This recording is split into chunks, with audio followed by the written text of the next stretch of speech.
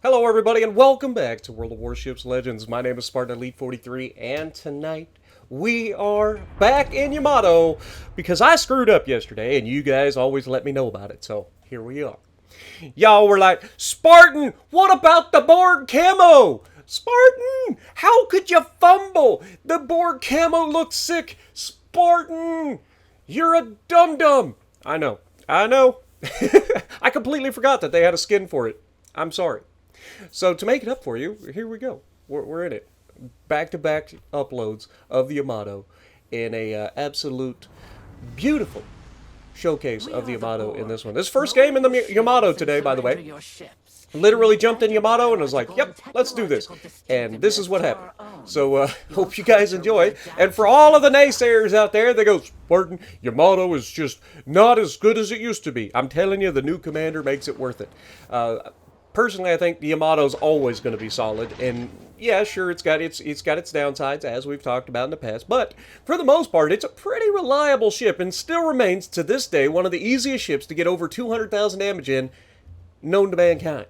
Now, sure, there are some more powerful ships out there, but this thing will always be a slugger, and it will always have that puncher's chance to just be completely obnoxious to anybody with 32 millimeters of armor. Which is pretty much everybody. But with all of that being said, we have the Borg commander, Queen. She's in the helm. We have the Borg camo, or skin. It's more of a skin than a camo, because it actually redoes the entire ship. Now, the one thing that irritates me about these camos, or skins, or whatever, is that they all use the same sound effects. All of them. Whether you're in the Bortos or the Yamato, the guns make the same sound. I hate that. I think that they need to change it. I think they should absolutely change the sounds from small pew-pew guns to big kabloom-bloom guns. You know what I'm saying? Probably not. I'm a little weird.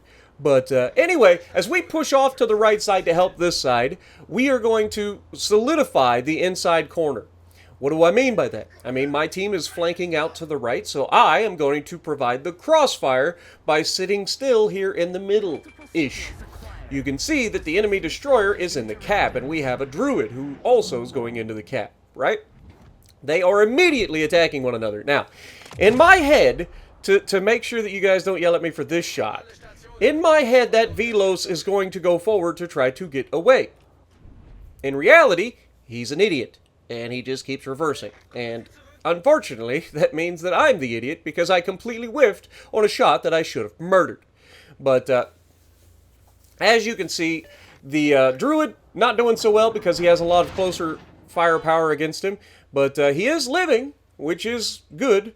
But and also, notably, he's dodged all the torpedoes. Now, Velos goes ahead and tries to get out of there, gets himself spotted, and gets himself immediately yeeted. But unfortunately, so does our druid. So 2 destroyers enter, 2 destroyers leave.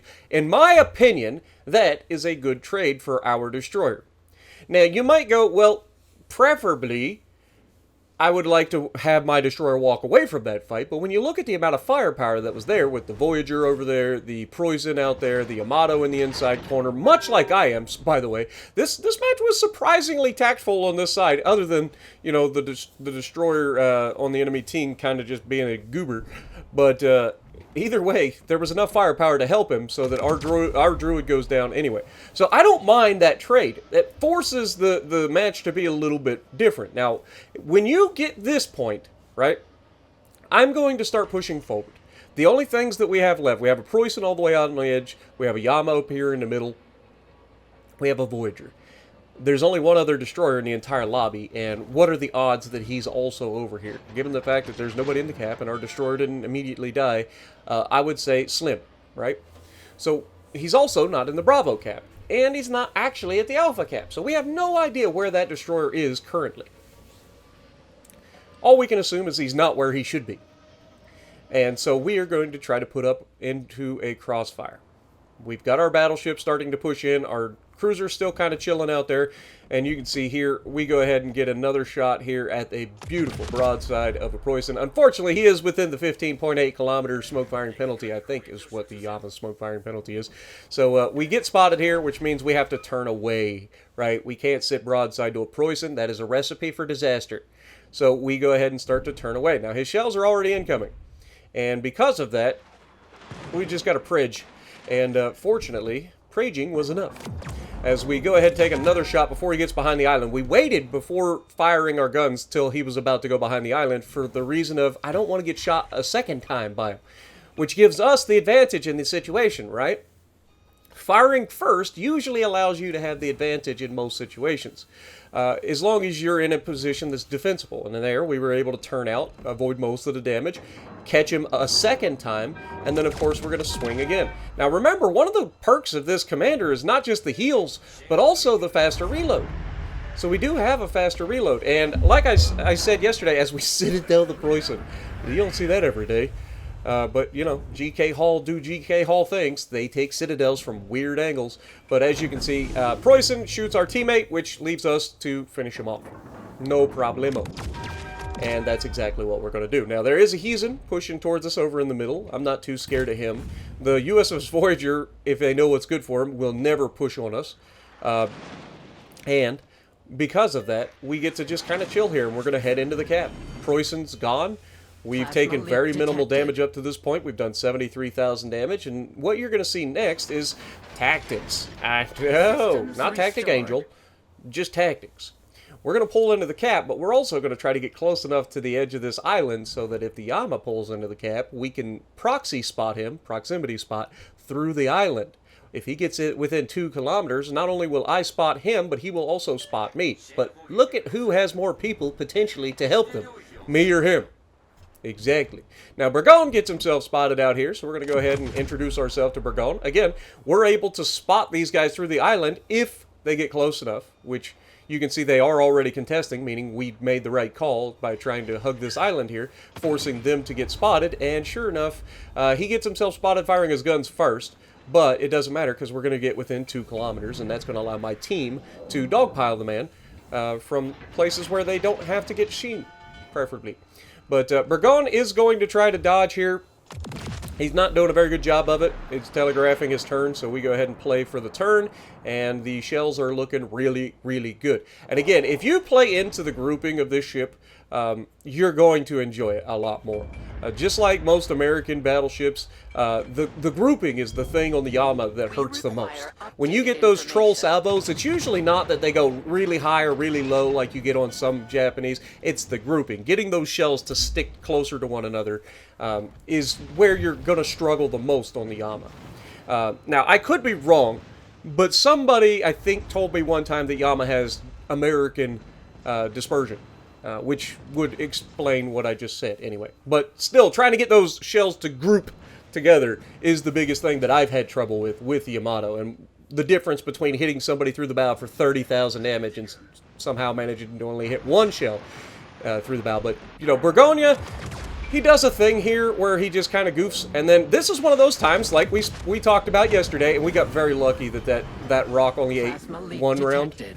With one gun got past that rock, we were able to finish off the Yama, getting our double strike there on the Burgon and the Yama. Heisen comes around the corner, and thankfully this guy goobers, but we are going to have a fast reload. We are going to get our guns on, and he's still shooting HE. And we go straight through the cheek, just like on any other Japanese battleship at high tier. You go through that cheek, you're done. You're just going to citadel the snot out of him, right? Heisen's no different. But as we go ahead and start to think about going forward, we got 133,000 damage and 3 kills all of a sudden. And we're going to try to get a shot on this USS Voyager. And this is some Star Trek goodness. We got the Borg versus the Voyager. Let's see how this works out for the Voyager, shall we? Needless to say, not well. Turns out, Yama's ability to overmatch 32 mils does not do Voyager any favors.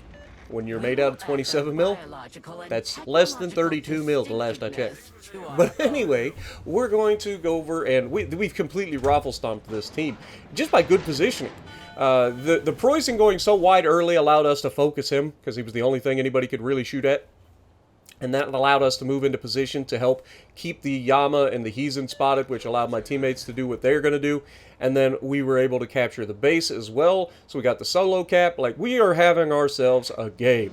3 kills, 2 fists. We've got the, the double strike medal going. Michelangelo is disrespecting me once again. You just broadsides for days, y'all. Like, I don't know. Y'all say that Legendary Tier is so difficult to play. I don't see it. I don't see where Legendary Tier is all that difficult. It's just a bunch of people sailing broadside because they don't understand that if you do that at Legendary Tier, you usually get yeeted, right? You'd think they'd learn after getting yeeted a couple times, and that's frustrating right there. I should have been able to get both those guns off, but unfortunately we only got one gun off, and that allows this Michelangelo to close the distance. Now, here's something you need to know about Michelangelo. It has torpedoes. I know, crazy concept. And then we get robbed there. We hit all 3 shells there on the broadside of that Michelangelo and got 1 citadel. Are you kidding me? How is that only 1 citadel? But this ship has torpedoes, right? And why would he go broadside in front of me if he wasn't going to launch the torpedoes? Now, I decide to turn to try to dodge torpedoes and end up eating a torpedo anyway. And I hit that torpedo, what I thought was on the torpedo belt. And this one's going to hit on the snoot. So that man just did half my health with 2 torpedo hits. Now, what is something, like, I don't remember the Michelangelo having 2 sets of torps per side. I thought they only had 1 set of torps per side. It was a triple launcher, right? So, I think the other destroyer is in the neighborhood. His last known was all the way out on the border, but he could be anywhere by now. And you'll see in a moment, I do get spotted. And here's what I think occurred. Destroyer was with the Michelangelo here, launches his torpedoes, Michelangelo launches his torpedoes, and the destroyer then goes all the way around the island to my right. He kind of just sailed across my bow with the Michelangelo, dropped a set of torps and went, right? And then he sails all the way around the island behind me. He's actually behind me, but this threw me off because in my head, he's out in front of me, right? He's going to get spotted, but he's in a place where I literally can't shoot him because I was not expecting him to be there. It was good positioning by him, bad for me. But you can see our destroyer is pointing in the direction of the enemy destroyer. And sure enough, Yugamo does get spotted, but again, we just don't have a way to shoot him. Fortunately, between Velos keeping him lit up and our cruiser being right behind this Yugamo, they're not going to have a good time, right? So they're going to be able to easily take him out, and we are going to win this match with 200,000 damage and a solid 3 fists, 3 kills, double strike, all the goodness, with solo caps, everything. So we're going to have a solid XP game, not the highest damage you ever seen, but 200,000 damage games are always nice. 3,181 base XP, because we do our job, y'all. Don't be afraid to position yourself in good positions. You don't have to be over-aggressive. You saw we still played tactically, but you can still get into really good crossfire positions by using your head. So let me know if you guys still enjoy, and if you like what I'm doing, punch a like button, leave a comment below, subscribe to the channel if you haven't already, and as always, I will see you in the next video.